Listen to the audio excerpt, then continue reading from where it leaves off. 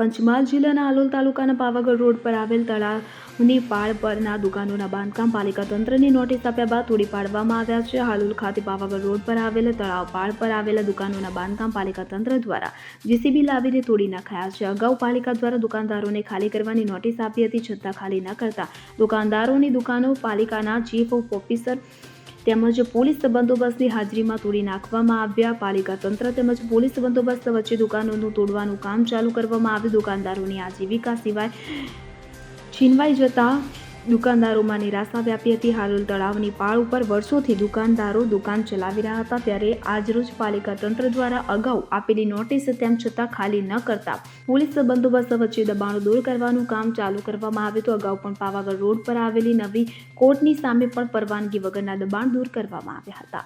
કિરણ ગોહિલ સાથે પંચમહાલ. હવે જુઓ દેશ દુનિયાની તમામ ખબરો તમારી આંગળીના ટેરવે.